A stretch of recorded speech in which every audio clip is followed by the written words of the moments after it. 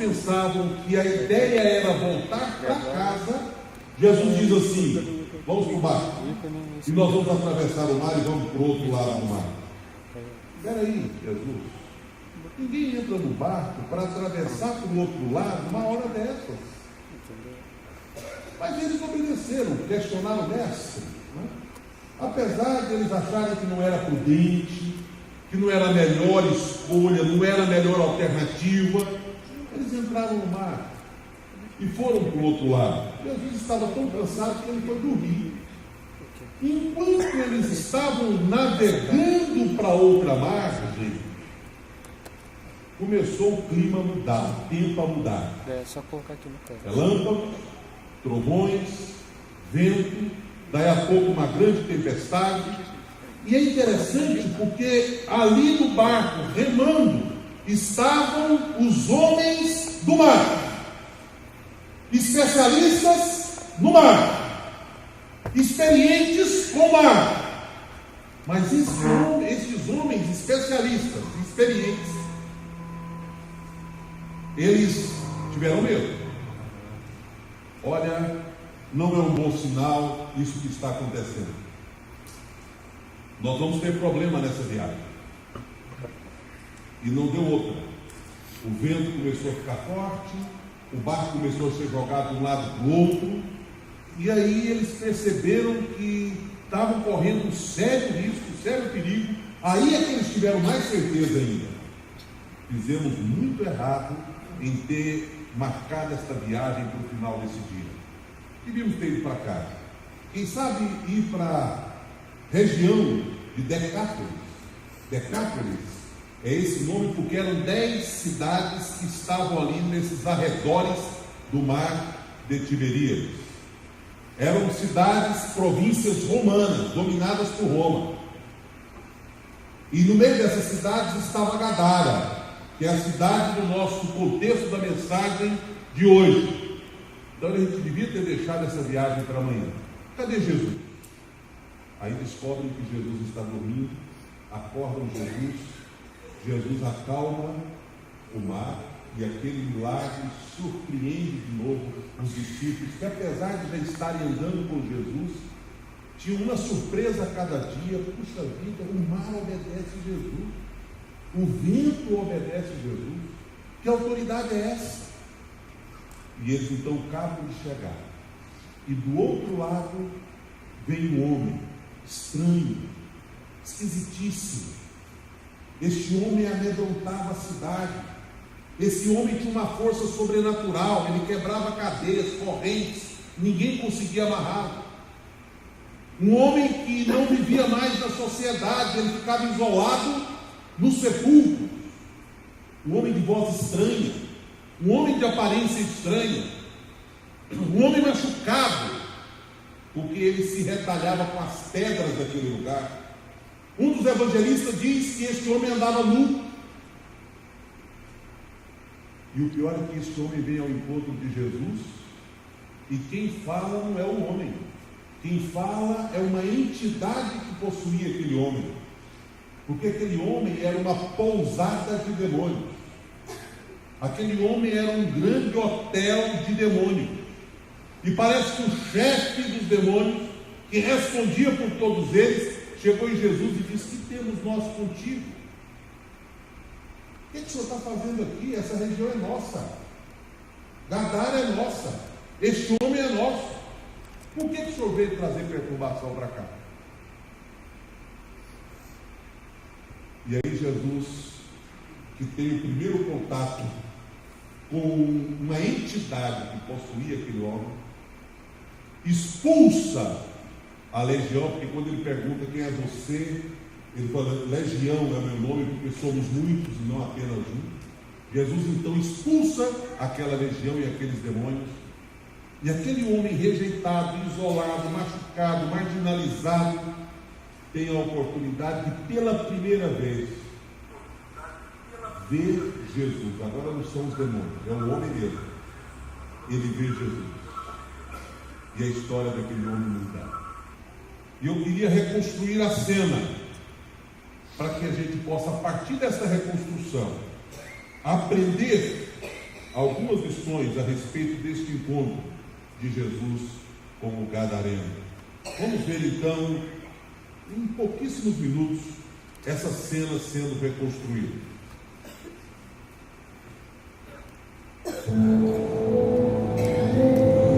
Jesus e os discípulos chegaram à região de Gerasa, no lado leste do lago da Galileia. Assim que Jesus saiu do barco, um homem daquela cidade foi encontrar-se. Esse homem estava dominado por demônios. Fazia muito tempo que ele andava sem roupas e não morava numa casa. Vivia nos túmulos do cemitério. Quando viu Jesus, o homem deu um grito, caiu no chão diante dele e disse bem alto: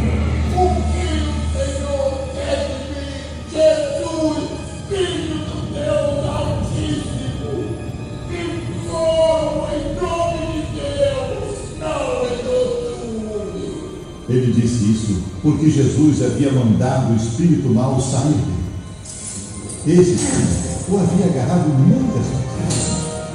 As pessoas chegaram até a amarrar os pés e as mãos do homem com correntes de ferro, mas ele as quebrava e o demônio o levava para o deserto. Qual é o seu nome? Ele disse isso porque muitos demônios tinham entrado. Aí os demônios começaram a pedir com insistência a Jesus que não os mandasse para o abismo. Muitos porcos estavam comendo num morro perto dali. Os demônios pediram com insistência a Jesus que os deixasse entrar nos porcos. Jesus deixou. Então eles saíram do homem e entraram nos porcos. E se atiraram morro abaixo para dentro do lago e se afogaram. Quando os homens que estavam tomando conta dos porcos viram o que havia acontecido, fugiram e espalharam a notícia na cidade e nos seus arredores. Muita gente foi ver o que havia acontecido. Quando chegaram perto de Jesus, viram o homem de quem haviam saído os demônios e ficaram assustados, porque ele estava sentado aos pés de Jesus, vestido e no seu perfeito juízo. Os que haviam visto tudo contaram ao povo como o homem tinha sido. Aí toda a gente da região de Gerasa ficou com muito medo e pediu que Jesus saísse da terra deles. Então Jesus subiu no barco e foi embora. E o homem de quem os demônios tinham saído implorou a Jesus: Deixe-me com o Senhor. Não. Volte para casa de seus amigos e conte a eles as maravilhas que Deus tem feito em você. Então o homem foi pela cidade, contando o que Jesus tinha feito por ele.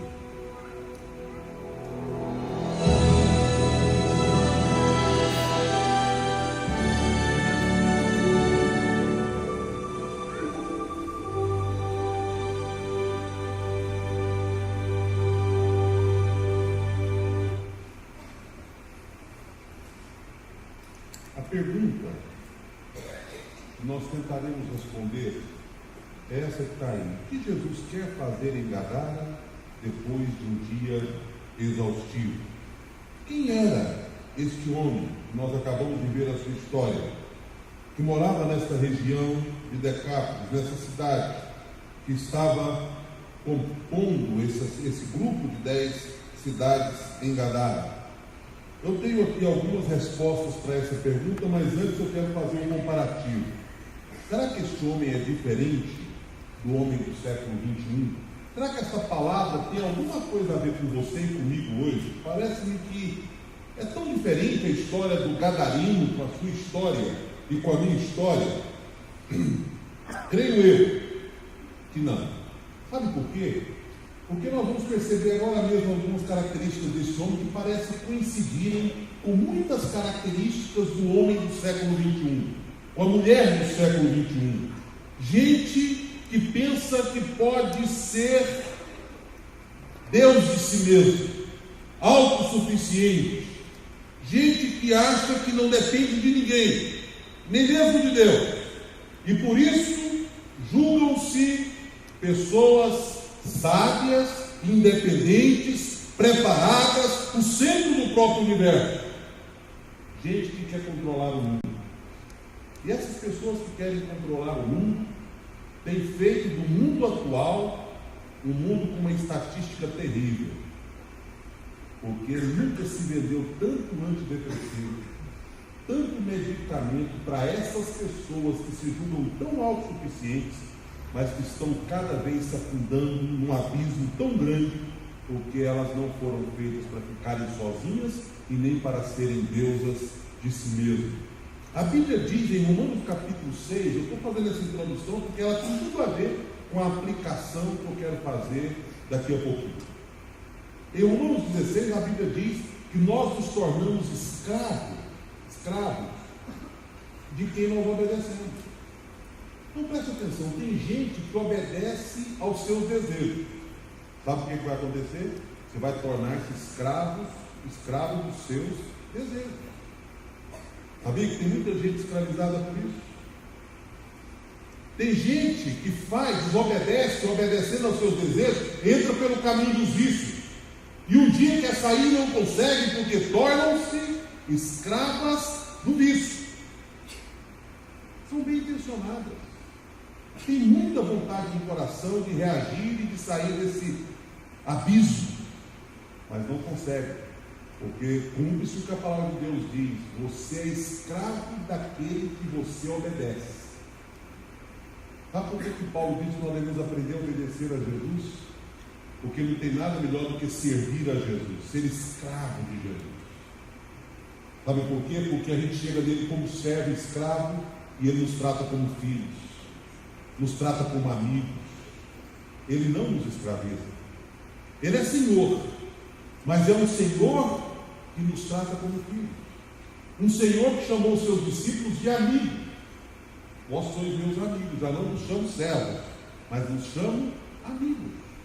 E eu creio que nesta noite o que nós vamos aprender é que, sem dúvida alguma, nós precisamos ser libertos, ou muitos precisam ser libertos, assim como o homem de Gadara foi liberto. Não há neutralidade, você vai ser servo daquilo que de fato você resolver obedecer. E eu quero pensar na vida daquele homem antes do seu encontro com Jesus. Ele vivia no sepulcro. Sepulcros naquela época eram diferentes dos cemitérios que nós temos hoje. Às vezes nas encostas eram aproveitadas cavernas, e muitas vezes o cadáver era colocado naquele lugar até mesmo a céu aberto, sem que houvesse nenhuma proteção daquele cadáver. Então era um lugar terrível, durante muito tempo um lugar mal cheiroso, fedido. E aquele homem vivia naquela região. Eu estava olhando um vídeo a respeito de documentário sobre uma torre que, segundo alguns estudiosos, pode ter sido o memorial do Gadareno. Porque aquela torre, nessa região de Decápolis, feita de pedras, parecia relatar a história do Gadareno. E aí a pessoa que fez o vídeo curto, ele diz o seguinte: esse lugar é um lugar propício para um homem enclausurado, para um homem oprimido, para um homem que se feria com pedras, e lá é uma região de muitas pedras, viver. Esse homem estava lá porque a sua esposa não aguentava mais. Não sei se ela era casada, mas se fosse, a sua esposa diz: com esse homem não dá para viver.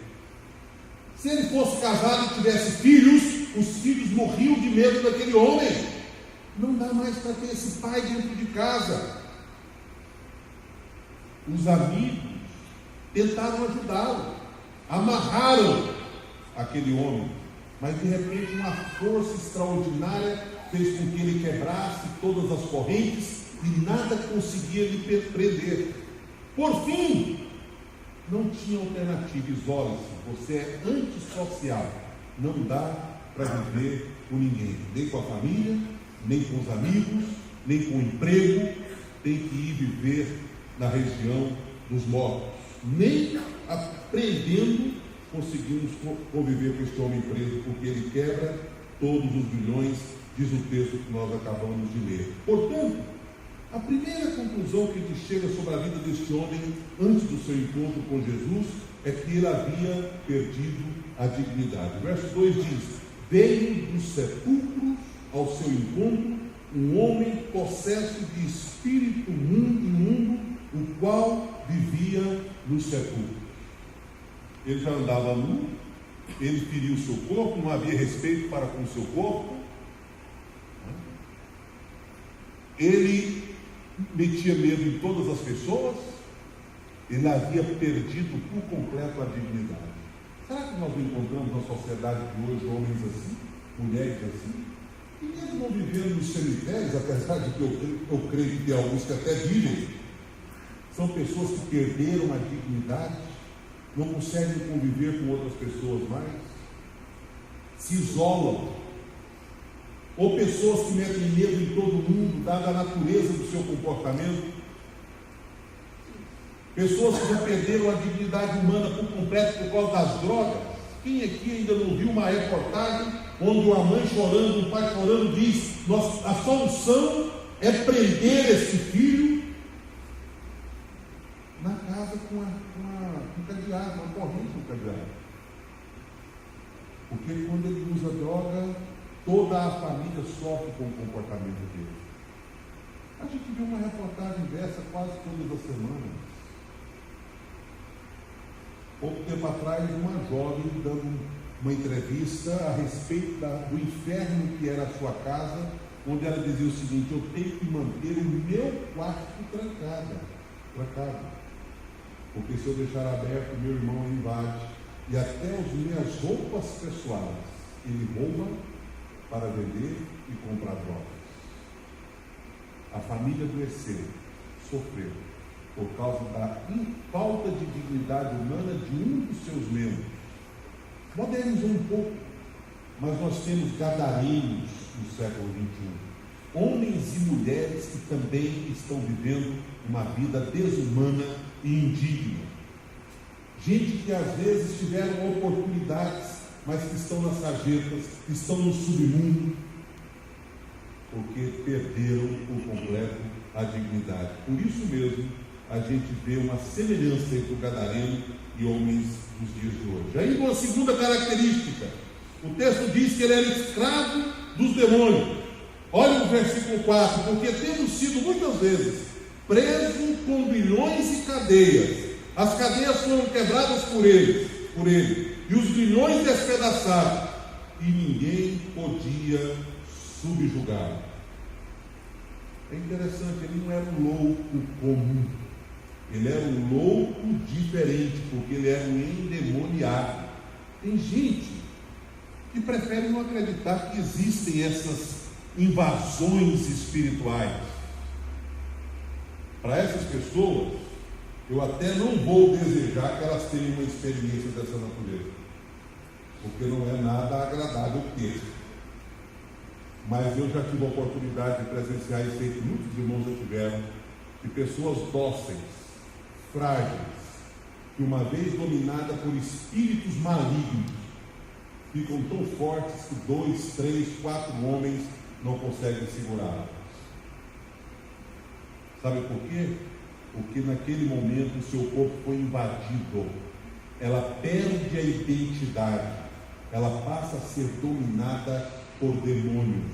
E foi exatamente isso que aconteceu com o gadareno. Ali, a descrição deste homem é a mais terrível que você possa imaginar. Ele andava de dia e de noite, não dormia, gritava, clamava entre os sepulcros, pelos montes, e a sua voz era uma voz estranha, era uma voz misturada, voz de gente com voz de animal, e ele ficava nas cavernas gritando. O evangelista Lucas diz que ele tirou a roupa, como eu já disse agora mesmo, e passava por um momento terrível de rejeição, de desprezo, de dor profunda. Nós poderíamos simplesmente chamar aquilo de um cárcere diabólico. Prisão física, prisão mental, prisão emocional, prisão moral, prisão espiritual. Era o que vivia aquele homem. Será que nós não conhecemos pessoas que também vivem nesses cárceres que eu acabei de citar? Nessas cadeias que eu acabei de mencionar? Com certeza nós temos, coincidentemente, isso acontecendo. Mas nossa mensagem não é ficar apenas descrevendo esse estado terrível do homem, mas o encontro dele com Jesus. É por uma questão de combinar o som aqui, fazendo do nosso tema uma rima. Eu estou chamando esse encontro de encontro do Nazareno com o Gadareno. Os discípulos desembarcaram do outro lado da margem, e aí surge de repente uma criatura estranha urrando, como ele sempre fazia. E você percebe o que ele diz lá pelo filmezinho que nós passamos: que temos nós contigo, Jesus, Filho do Altíssimo. Essa região é nossa. O que o Senhor veio fazer aqui? Perturbar a nossa região. E aí então Jesus conversa com aquela entidade, expulsa aquele espírito imundo do homem, e aquele homem entra em perfeito juízo. É interessante porque é exatamente esse o ponto alto da nossa reflexão desta noite. O encontro do Nazareno com o Gadareno produz libertação, produz transformação, produz mudança. Só que há uma peculiaridade neste momento do encontro. Deixa eu dizer uma coisa para você aqui, que é mais ou menos uma conclusão lógica e teológica deste texto. Quando ele diz assim: rogamos que não nos mande para fora desta cidade, deste lugar. De certa forma, os demônios estão dizendo o seguinte: não só essa região é nossa, não só nós dominamos essa região, como a gente não quer sair daqui porque nós fizemos um curso de pós-graduação em Gadara. A gente conhece tudo de Gadareno, se vai mandar para outro lugar, o que vai adiantar? É aqui que a gente sabe agir, é aqui que a gente sabe demonizar, é aqui que a gente sabe provocar, é aqui que nós nos especializamos. Vocês irmãos sabem minha posição teológica sobre maldição hereditária, por exemplo. Mas eu confesso para vocês que eu acredito em demônios que se especializam em cidades, em famílias, em situações. Porque o demônio não é todo poderoso. Todo poderoso só tem um, que é o nosso Deus. Se ele não é todo poderoso, ele tem que ter um poder concentrado e focado. E os demônios de Gadara, eles eram focados em Gadara, naquela região. Então eles disseram: olha, não nos mande para fora. E passado uma manada com 2.000 porcos, eles disseram: manda-nos para aqueles porcos. Há na história relacionada com Gadara uma conclusão de que naquela cidade, uma das rendas da cidade era a suinocultura, uma profissão indigna para os judeus. Os judeus achavam a suinocultura uma profissão indigna. Como os judeus não se davam muito bem com aquele grupo, porque era uma província romana, então aquilo fazia entender por que eles estavam lá do outro lado do lago e por que os discípulos nem interessavam muito a ir do outro lado para tratar daquele gadareno que estava subjugado e vivendo uma vida subhumana. Mas 2.000 porcos dá para quebrar um fazendeiro que vivia daquilo. Possivelmente eram todos os porcos da fazenda. Mas Jesus permitiu, e a Bíblia diz que os porcos se precipitaram de despenhadeiro abaixo e se afogaram todos no mar. Aquilo assustou a população. E a curiosidade que eu queria trazer para cá esta noite, sabe qual é? É que depois que espalhou, vieram para ver o que havia acontecido. Sabe o que eles perceberam quando voltaram? O ex-endemoniado estava sentado em perfeito juízo. O que seria normal? Normal seria a gente dizer assim: puxa vida, valeu a pena, né? Quem sabe a gente faz uma vaquinha, resolve um negócio, e deixa esse demônio ir embora da nossa cidade. Afinal de contas, foram 2.000 porcos embora, mas olha como é que está esse cara que a gente viu fazendo loucuras aqui na cidade. Mas não aconteceu isso não. Sabe o que aconteceu? Mandaram Jesus embora. Deixa a nossa cidade, vai embora. Eu prefiro ser os loucos na cidade, mas não tomar prejuízo dos meus corpos. Eu prefiro os demônios, desde que você não me dê prejuízo, não venha acabar com a minha renda, com a minha grana, com a minha riqueza. E eu costumo dizer, já disse isso aqui nessa igreja em uma outra ocasião, que Jesus, nesse episódio, deixa claro para nós uma coisa: um homem vale mais do que 2.000 porcos. E na hora de deixar esses 2.000 porcos vivos, e um homem vivendo nos sepulcros, lá numa vida subhumana, que morra os porcos, que viva o homem. O porco não pode valer mais do que o homem, mas a nossa sociedade valoriza mais porco do que ser humano.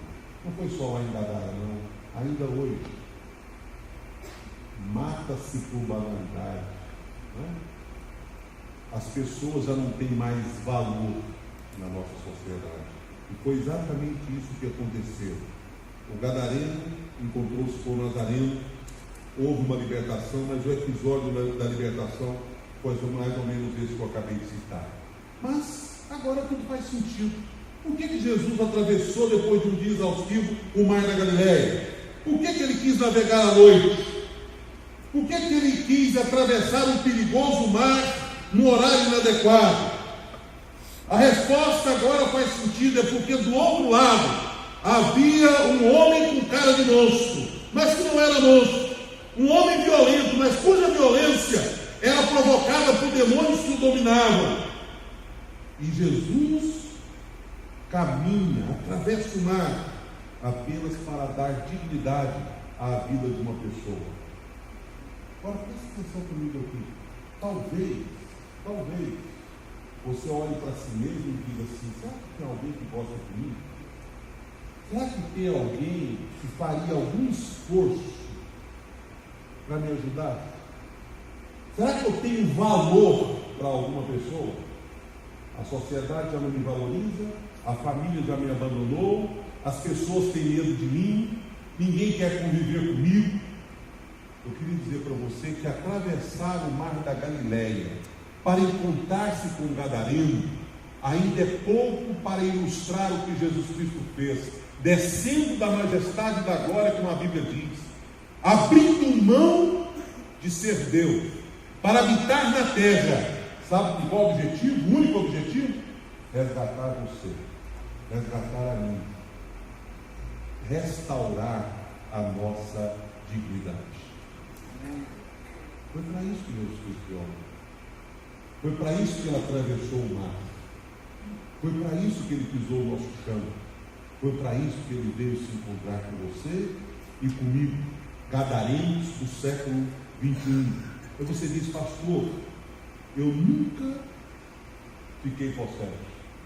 Mas deixa eu dizer uma coisa para você: talvez todos nós tenhamos passado por alguns momentos em que as nossas atitudes eram atitudes demonizadas.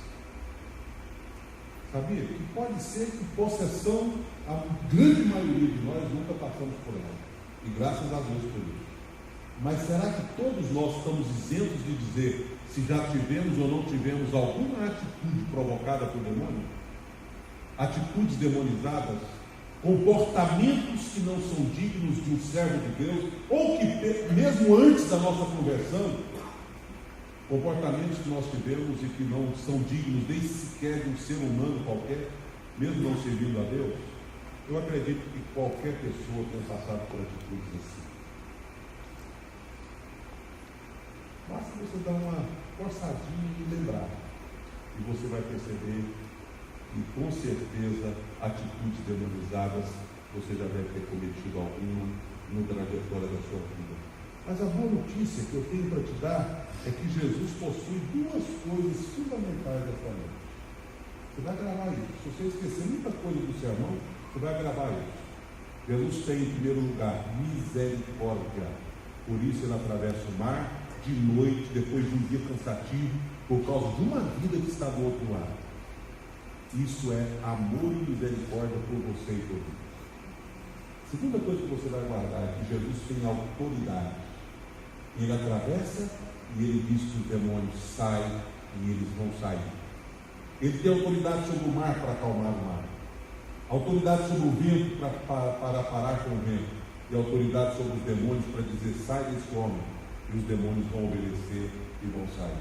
Essa combinação da misericórdia de Deus e da autoridade de Deus revelada em Jesus faz toda a diferença na nossa restauração e libertação.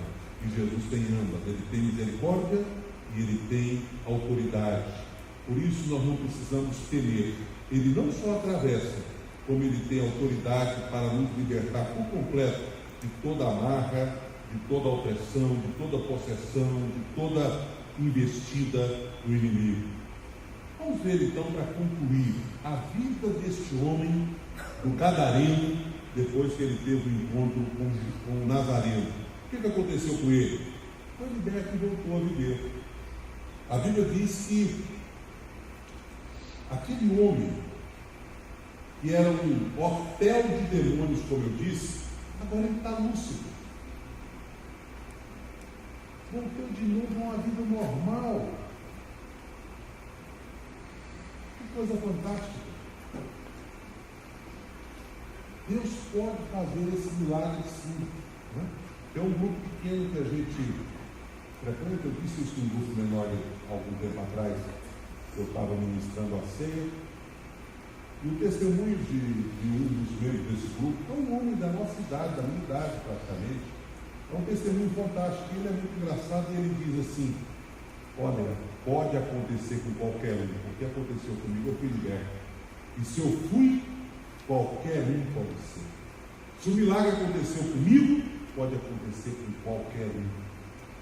Aconteceu com o Gadareno, pode acontecer com você. Foi liberto e voltou a viver. Restaurou a dignidade. Né? E isso é fundamental. Ao restaurar a dignidade, ele parou de andar nu, vestiu roupa. Ele não está mais sem roupa. O encontro dele com Cristo fez com que ele pudesse tirar os trapos, sair da nudez, para vestir uma roupa que lhe desse condições de novamente ser sociável, relacionar com as pessoas. O encontro deste Gadareno com o Nazareno recuperou o juízo e fez ele valorizar de novo a vida. Hoje à noite você tem a oportunidade de encontrar com Jesus e ser liberto da escravidão. Você pode não estar no sepulcro, mas você pode estar sendo escravo do egoísmo. Eu. Escravo do individualismo, escravo da sensualidade, escravo da arrogância, escravo da culpa, escravo da avareza, escravo de todas as mazelas e natureza pecaminosa que levam você para a morte. E encontrar com Jesus e, em troca de tudo isso, receber a promessa de vida eterna. Você sabia que você pode fazer isso hoje à noite? O que aconteceu com Gadareno ao encontrar-se com Nazareno? Tem duas coisas para você entender. Primeiro, o diabo continua o mesmo. O diabo continua o mesmo. O que a Bíblia diz que o diabo veio fazer? Roubar, matar e destruir. Não se iluda. O diabo não tem plano de paz para ninguém. O diabo não quer o bem-estar de ninguém. Uma vez, gravando um programa de televisão que a gente tinha, nós gravamos uma pessoa que tinha se libertado de um pacto com o diabo. Jovem ainda.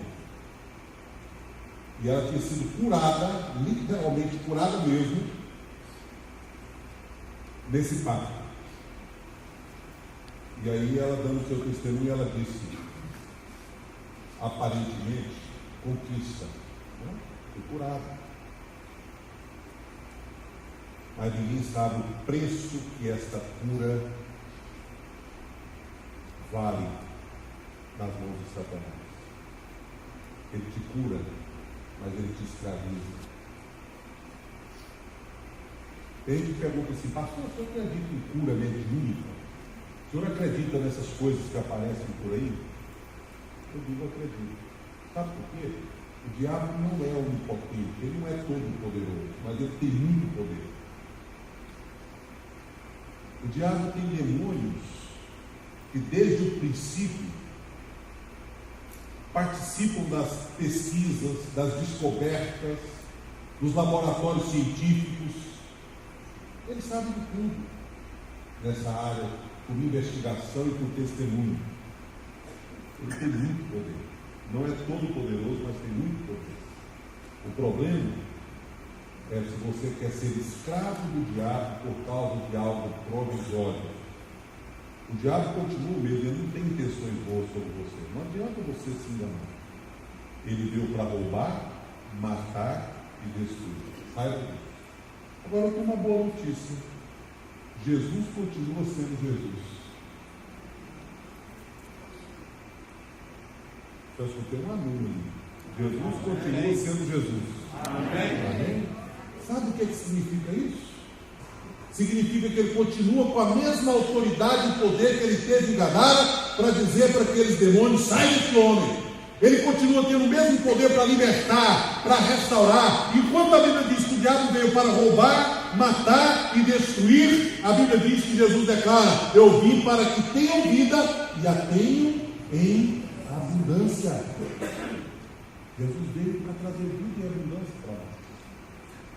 O diabo continua com as intenções malignas, mas Jesus continua sendo Jesus. Ele veio para te salvar e libertar, e dar para você um novo nome, uma nova fisionomia.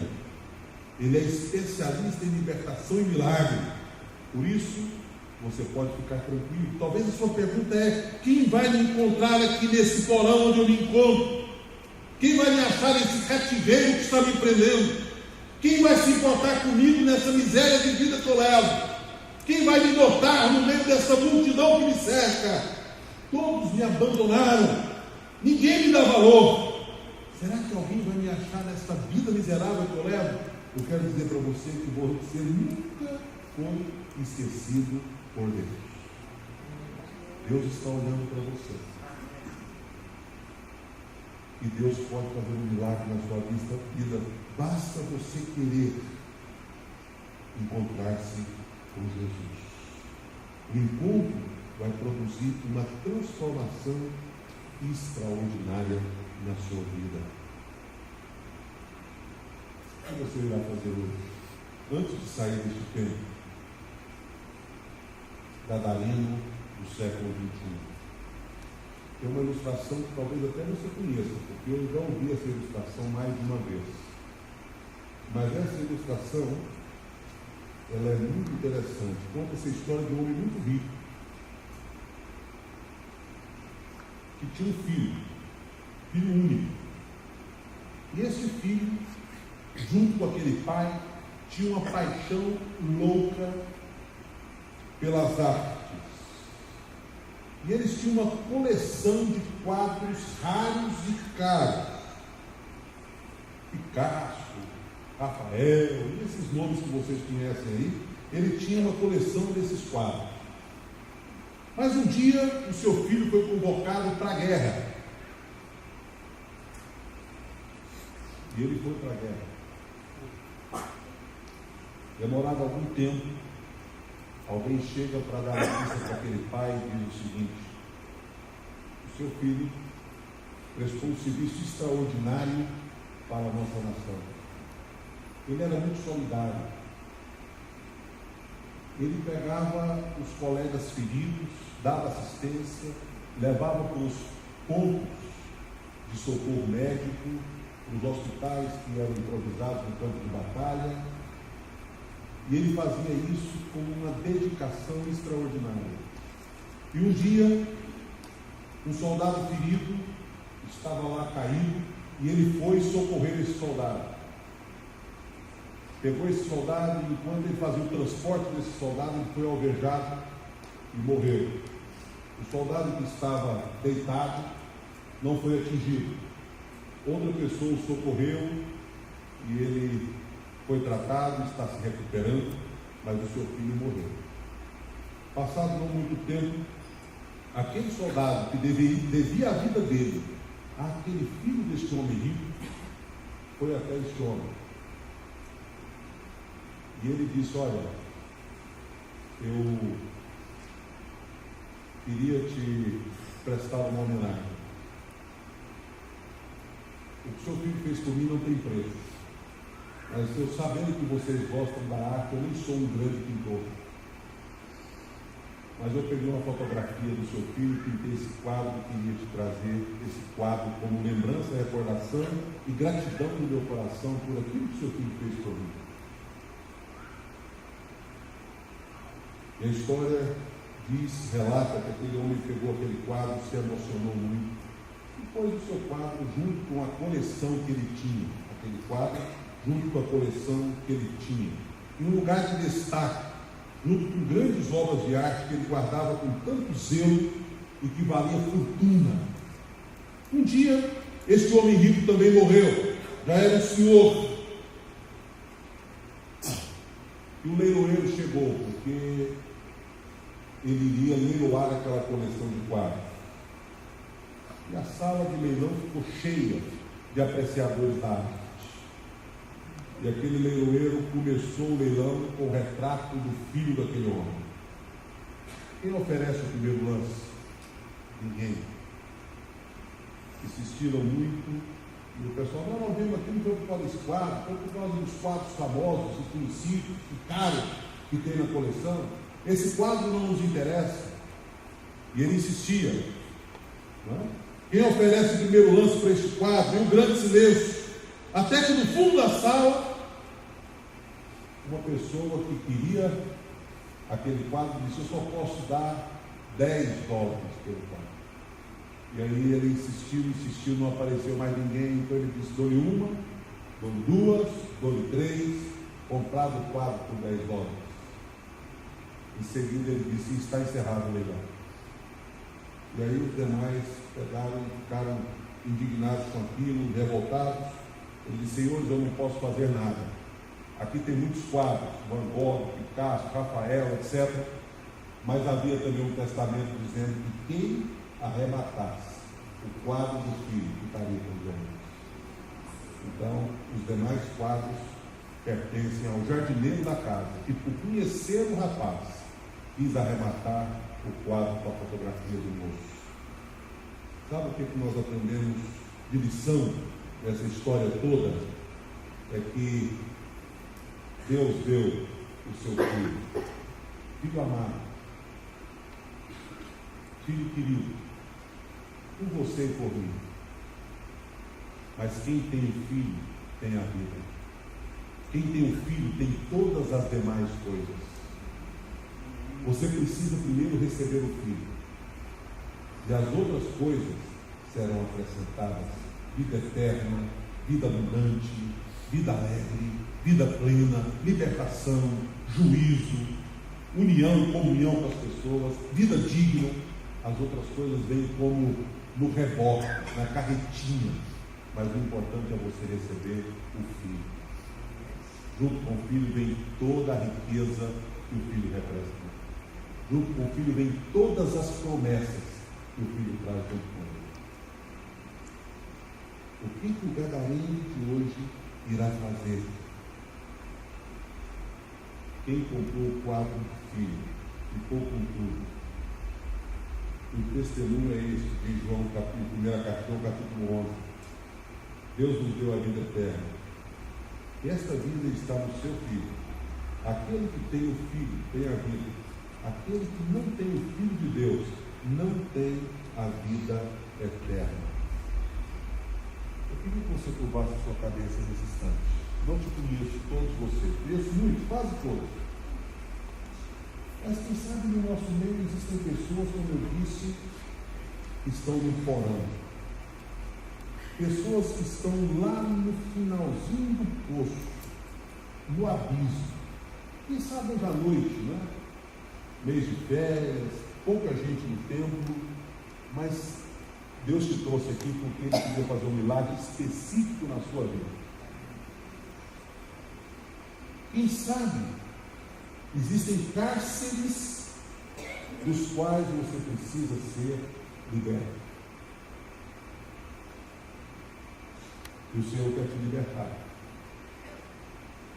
Eu não sei o que está te aprisionando. Eu não sei o que está tirando a sua dignidade. Eu não sei o que está levando você a viver no porão, isolado. Mas seja o que for, tem alguém que se interessa por você. Tem alguém que te ama. Tem alguém que veio para te libertar. Tem alguém que quer fazer diferença na sua vida. Será que tem alguém? Feche os seus olhos. Enquanto você está de olhos fechados, orando por você, e se não há motivos para os quais pedir, ore então por outras pessoas. Se você acha que a sua vida está certinha, não tem nenhuma libertação, nenhum milagre que precisa acontecer na sua vida, você pode orar por outras pessoas. Deus quer fazer um milagre. Sabe o que eu quero te oferecer hoje? O filho. O filho. Quem leva o filho ganha todas as coisas.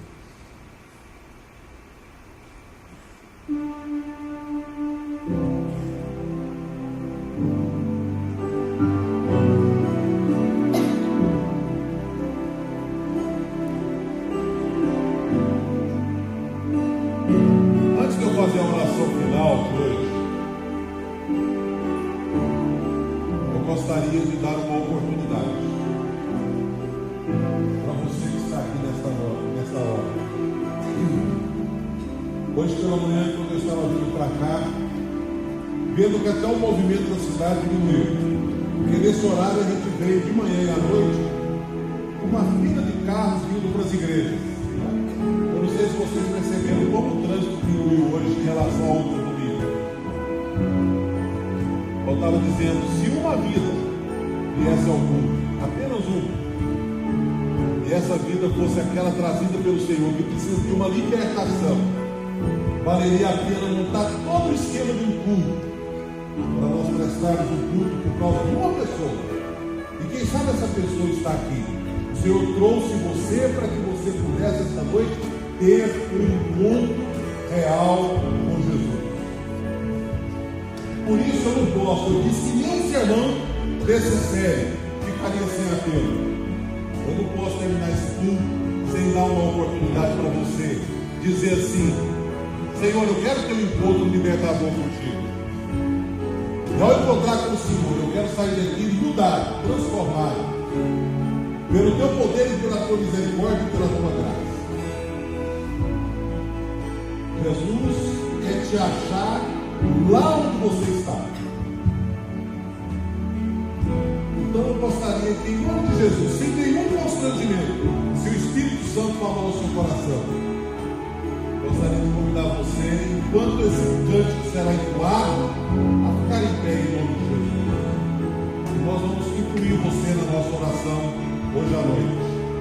Se for uma pessoa, amém, porque a Bíblia diz que há mais alegria no céu por um pecador que se arrepende do que por 99 justos que não precisam de arrependimento. Então eu gostaria de fazer um desafio a você. Enquanto com Jesus hoje, vamos cantar, e enquanto isso você pode ficar em pé. E nós vamos orar por você.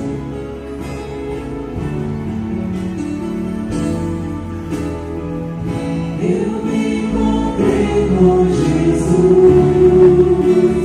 e sua luz encheu o meu ser e me curou e me lavou com seu poder. Eu me encontrei com Jesus e sua luz encheu o meu ser e me curou e me lavou.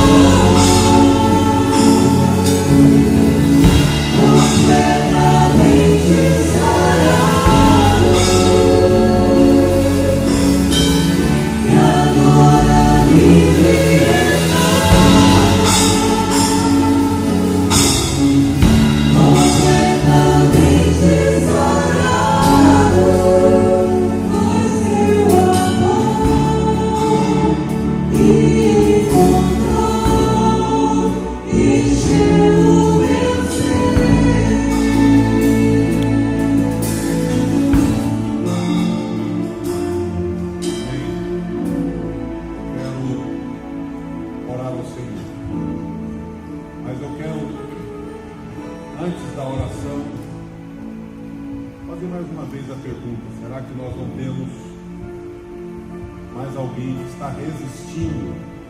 O Espírito Santo está falando e você, quem sabe, está resistindo e dizendo: eu vou deixar para depois. Quem sabe você está dizendo: eu vou deixar para o próximo domingo, quem sabe para daqui mais algum tempo. Vou resolver algumas coisas da minha vida primeiro. Não é por aí, você precisa tomar uma decisão hoje, ao lado de Jesus, porque é o hoje que te pertence. E esse encontro poderá trazer mudanças maravilhosas na sua vida. Amém? Gostaria de insistir, convidar para vir à frente o pastor Ivaldo, presbíteros que estão presentes aí. Por favor, já vem aqui os presbíteros, pastor Pedro, aqui na frente.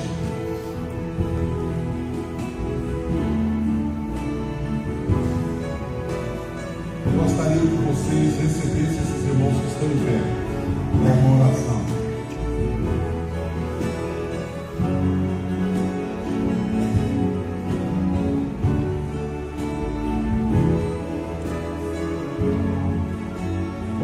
Podem vir à frente quem está em pé e a igreja fica de pé, por favor. Quem está de pé vem à frente, a igreja fica de pé. Gostaria que o Luiz Fernando viesse, ajudem. Mais gente, nós precisamos de mais gente. Você que ficou em pé, vem aqui receber uma oração em nome de Jesus.